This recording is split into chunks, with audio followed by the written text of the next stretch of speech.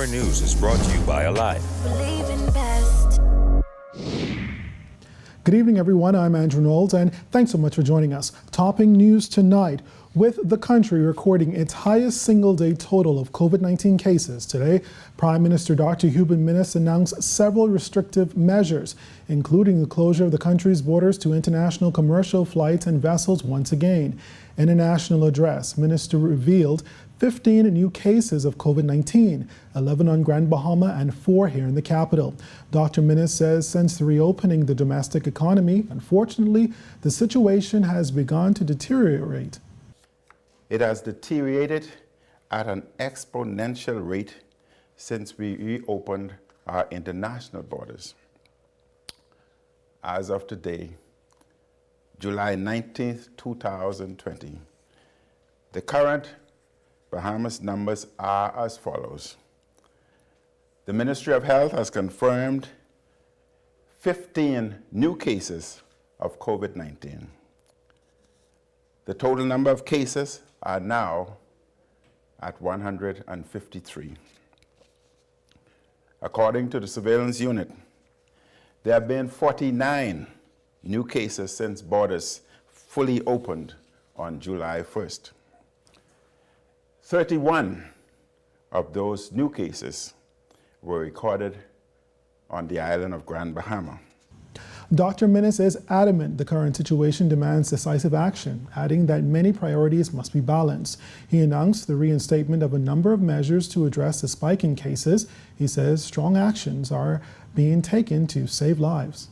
International commercial flights and commercial vessels carrying passengers will not be permitted to enter our borders except for commercial flights from Canada, the United Kingdom, and the European Union. This will come into effect as of Wednesday, the 22nd of July, 2020 at midnight. Bahamas Air will cease outgoing flights to the United States of America effective immediately. Now, to accommodate visitors scheduled to leave, outgoing commercial flights will be permitted. Private international flights and charters for Bahamians, residents and visitors will also be permitted. The Prime Minister says all returning residents and visitors by air or sea from overseas must have a negative RT-PCR test result. Now, while domestic travel will still be allowed, travelers will still be required to complete an electronic health visa prior to departure. Public and private beaches and parks on New Providence, Paradise Island, Rose Island, Athol Island, and surrounding keys will be closed effective tomorrow at 5 a.m. Restaurants at Arawak Key and Potter's Key will face another closure beginning tomorrow. And with Grand Bahama seeing a resurgence of cases after being COVID-free for 2 months, Dr. Minnis announced several restrictions for that island. A new curfew for Grand Bahama will be implemented from 7 p.m. to 5 a.m. daily, starting tomorrow, the 20th of July. All public and private beaches and parks will be closed until further notice, effective Monday, the 20th of July, 2020 at 5 a.m.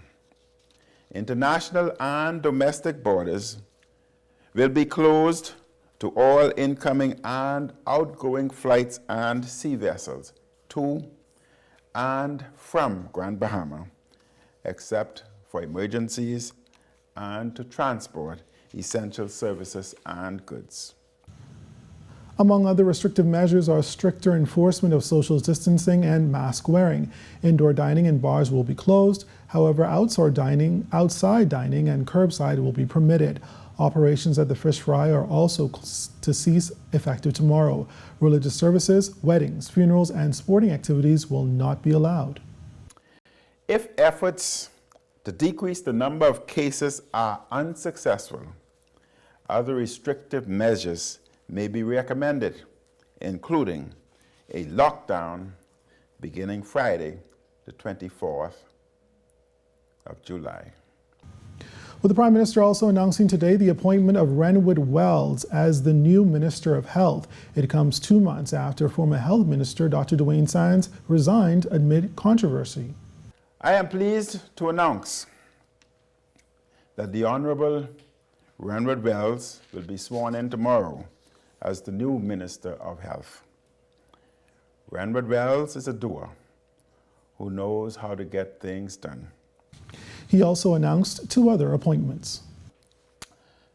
I am pleased that Labour Minister, the Honourable Dion Fowkes, will assume additional responsibility for the Ministry of Transport and Local Government.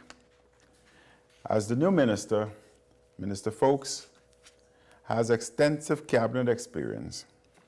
He has provided me with wise counsel on many matters. Mr. Travis Robinson will be reinstated as Parliamentary Secretary in the Ministry of Tourism and Aviation, effective tomorrow. Officials at Bahamas Power and Light believe they have begun to correct the power company's inefficiencies and are on a path to self-sufficiency. Just last week, the company exacted its first ever fuel hedging transaction, which will allow customers to see a 30% savings in their power bill into 2022. BPL CEO Whitney Hasty says while consumers will no longer have to worry about the fluctuation in fuel prices, it's the consumption that's the driving factor. I think when consumers are seeing an increase in their bill, what they ought to do is look at the BPL bill does have consumption graphs on the bottom left-hand side of the bill. They ought to look at the consumption graphs and look after year over year to see exactly how their consumption in July of this year compared with their consumption in July of last year, right? Because now the only thing that can affect someone's bill because of change would be the consumption. And we know that because of individuals being home more than they would have typically been before, that usage would have possibly increased, causing their bill to be larger. BPL CEO also outlined some of the company's accomplishments over the last year, including the construction of the largest power plant in the company's history at Station A, Clifton Pier, installation of the first ever aeroderivative gas turbine, and construction of the first renewable microgrid on Ragged Island. These accomplishments fit the larger context of the execution of the strategic plan that was laid by the Board of Directors. Other elements of our strategic plan that are still in the early stages, but that we intend to see roll out as the fiscal year proceeds, include the construction of the new Station D at Clifton Pier, the expansion of our solar baseload grids around the islands of the Bahamas, the rollout of AMI, Advanced Metering Infrastructure, which will help us gather and process necessary information to improve energy efficiency, manage costs more effectively, and improve our customer service. And despite COVID-19 putting a dent in the conclusion of BPL's rate reduction bond earlier this year, Chairman Donovan Moxey says efforts have not stopped and they have made significant progress. With assistance of the government of the Bahamas, we have progressed to this point. The bond quantum amount of $535 million has been approved by Cabinet. Singapore has been approved for listing the bonds, and an engagement letter has been executed. We still await the conclusion of several legal and legislative matters under review that are being addressed with our legal advisors and the Office of the Attorney General. We are working to be in a position so that once the markets that are impacted by COVID-19 reopen, the transaction can be brought to a favorable conclusion. Well, amid a resurgence in COVID-19 cases in several U.S. states, the Center for Disease Control has extended its cruise ship sailing ban to the end of September. Our Bethany McDormand got the tourism minister's reaction to this move. Tourism Minister Dionisio de Aguilar says the cruise industry may not reopen until Thanksgiving. His comments come as the Center for Disease Control extended its no-sail order ban on cruise ships to September 30th.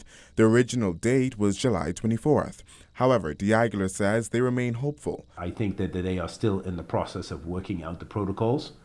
And if I had to look into my glass ball and try to determine when this industry will reopen, I would probably say at the earliest sometime in September, and probably at the latest sometime around Thanksgiving. Prior to the CDC's announcement, Royal Caribbean Cruise Lines had already voluntarily canceled most of its cruises through September 15th, with the intention to possibly resume on September 16th. This is the second time the no-sail order was extended after first being implemented on March 13th. The extension came as COVID-19 cases in the United States continue to soar, with record-breaking confirmed cases daily. The tourism minister explained that the ban applies to cruise ships that operate out of the United States. So obviously the three busiest cruise ports in the world are Miami, Fort Lauderdale, and Canaveral. But if the cruise companies wanted to just operate within the Caribbean without actually going into the United States, that would be under a whole different set of protocols that wouldn't be held to such a high standard as the ones, or such a different standard as the ones that the CDC is holding in place. D'Aguilar added that at this time, the cruise industry is faced with two major issues. He added that Caribbean countries are now tasked with producing safety protocols for cruise passengers. The first is that when I go on a cruise, I'm not going to get sick. And then in the event that someone does get sick on the ship, can I get off the ship? And so I'm sure they're going to have some very robust and rigorous testing protocols before you get on that ship. And what they're speaking to all the Caribbean countries about relates to when I come off and I go on an excursion. How do I ensure that their passengers are kept COVID-free while they enjoy excursions in the destination and then return back to the ship? Reporting for Our News, I'm Berthany McDermott. In other news, a woman living with chronic pain says she needs brain surgery to ease her suffering. Our Jared Higgs tells us she wants to be a voice for other people in her position. 45-year-old Vanessa Raming says living with what some call an invisible disease is a lonely and difficult journey. Look at me, do I look sick? That's what people say. You don't look sick. Because I could walk, I could go to work, I could do this. But if I start to feel pain, I sit down, I take a breath, I get back up again. Raming tells Our News that she suffers from Chiari malformation, or leaky brain, a condition in which brain tissue extends into your spinal canal. I have numbness in the legs, numbness in the arms. Sometimes I can't lift my arm up to even get dressed. I have terrible headaches. I have pressure like in the back of your head. In other words, I feel like my head is too heavy for my body.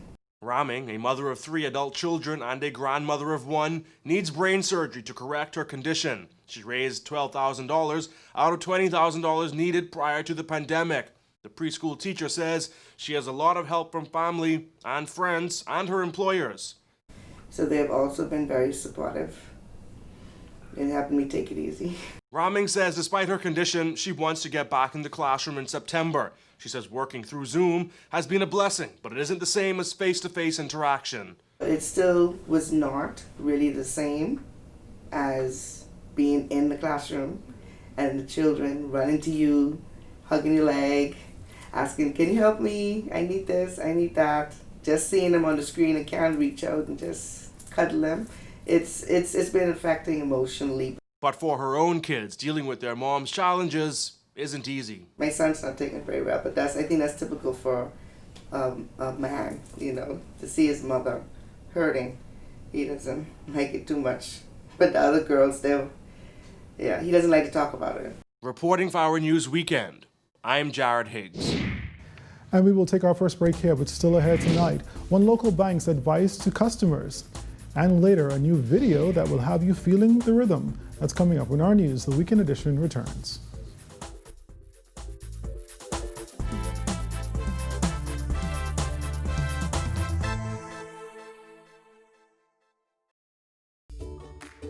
Our world has changed. Many businesses have been closed for months with little or no access to their customers until now. Rev Media can help you remain connected to your customers. Our trusted customized advertising packages and personalized consultants will provide your business with immeasurable support during this challenging time. Your customers are already watching. Rev Media can help you to remain connected. Call us today. Let us help you.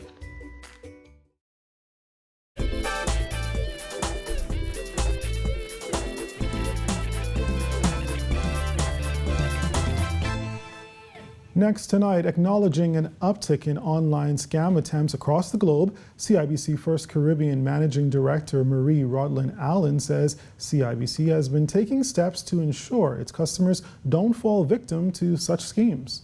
From a banking perspective, we're part of the Clearing Banks Association, so we've been publicizing notices in the newspapers.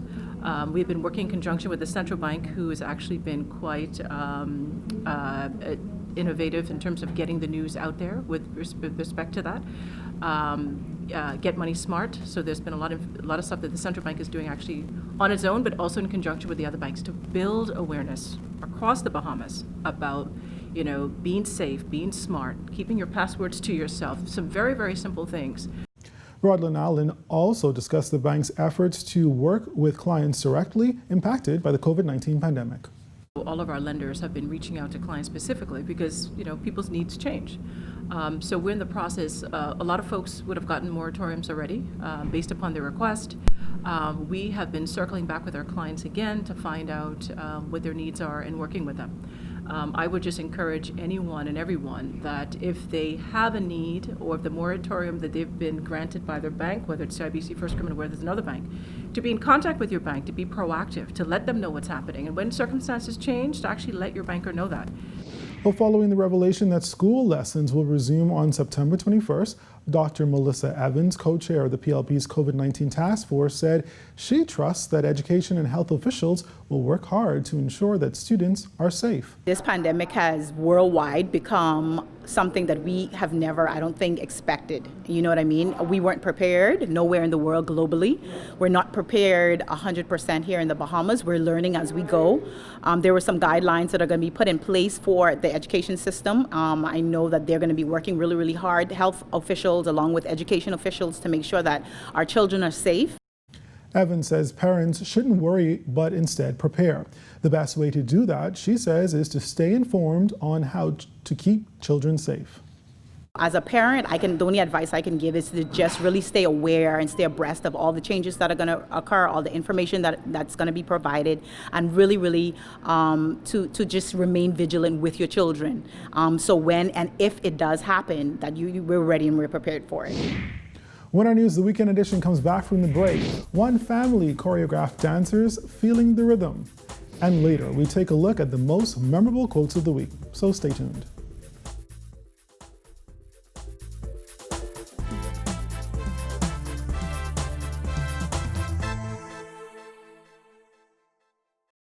You know that Rev has changed the names of the television packages on its new website? Your Rev bill will now reflect these new changes. Every package starts with the brand name Rev, then the product type, in this case TV, and then the package level, which ranges from Prime, Pro, Premium, and Prestige. Be sure to check out the newest website at www.rev.bs for the full list of packages available in your area. Stay connected with Rev, anytime, anywhere.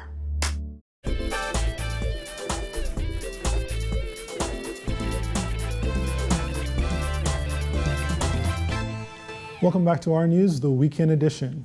In the midst of a global health and economic crisis, one Junkanoo group's choreography section released a down-home video that has Bahamians feeling the rhythm. Our Kyle Joaquin explains.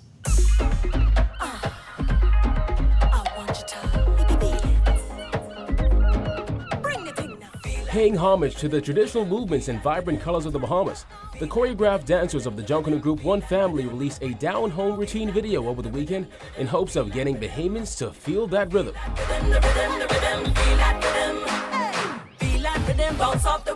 We wanted to give a different look about what choreography and Junkanoo is all about, take it to another level. And so when the opportunity came from our public relations committee saying, okay, we need to do something big that represents us in the most professional way possible, we ran with the video idea, we came up with the concept, and we just decided to go for it. The video features scenes from the boardwalk of Compass Point and even the snakes and flamingos of Adastra Gardens. But it's the traditional Bahamian moves by the One Family girls that stood out. There's a consistent move going throughout the video, which we call like the Mamalay, and it's like that classic Bahamian move that's easily recognizable to someone that's 60 and someone that's 20. So we wanted to really make sure we bridge that gap. That warrior pride that we have is one that, regardless of whatever situation, whether there is a Junkanoo season or not, we will do everything to make sure that we demonstrate our love and our pride, not only for our group, but for our culture. The video was shot and produced by IC Marketing and captures the breathtaking shots of the dancers on an isolated key. With the music of Bahamian artist Lady E, Markiva Johnson and Kay Andrew Gardner says the project is just a celebration of Bahamian women. The Bahamian woman that was fun, she was seductive, she was intelligent, she was beautiful in the way she moved. So we wanted to keep everything really island-like. The response that we've had has been so overwhelming that we can't wait to do something else to blow everyone's mind away and take it to another level all over again. For Our News, I'm Kyle Joaquin.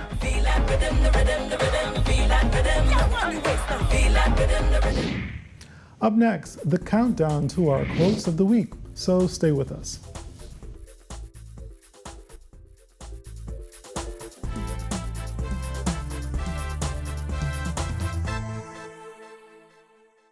Hey, but Dubs. Hey. Speaking of ideas, though. Ah! Yes, solid idea, but. Here we go again. Joking, boy? Murder? That on their passport, so you better name him murder? Hey, what did you start?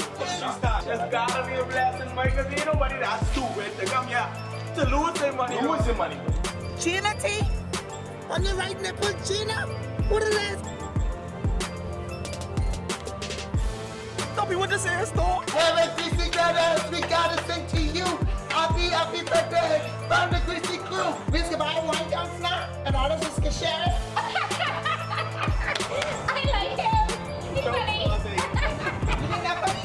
Bum chicky, bum chicky, bum chicky, bum chicky, bum chicky. It's a birthday, bum chicky.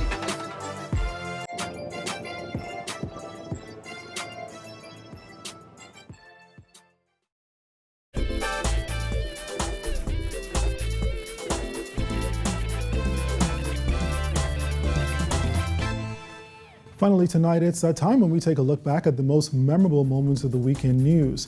In at number 3 are these residents who are worried over a surge in COVID-19 cases. Evidently, it appears as if people were not really taking the necessary precautions. Thus, we're having a surge. I am. I'm very concerned. We're not that large a country, and the more we get, the more it's going to be spread throughout, and it's going to affect so many more of us, and we really don't need it, because one person going back home, you don't know how many other persons they're infecting with it, and then they go out and mingle with friends and family, and it spread. Taking the number 2 spot is Bahamas Air Executive Chairman Tommy Turnquest, who slammed what he called half-truths and idle gossip about the airline's ability to meet its financial obligations. A lot of it is half-truths. Some of it is idle gossip. And some of it are outright lies. What disappoints me is some of it's being said by employees of Bahamas Air. That's what disappoints me more. I lose sleep at night thinking about the finances of Bahamas Air. And to hear that's what upsets me. But the revelation by Tourism Minister Dionisio Diagler that scores of tourists have been turned away from entering the country as a result of not having the correct COVID-19 tests takes the top spot for a quote of the week. When everybody applied, we automatically approved them and then went behind and unapproved them.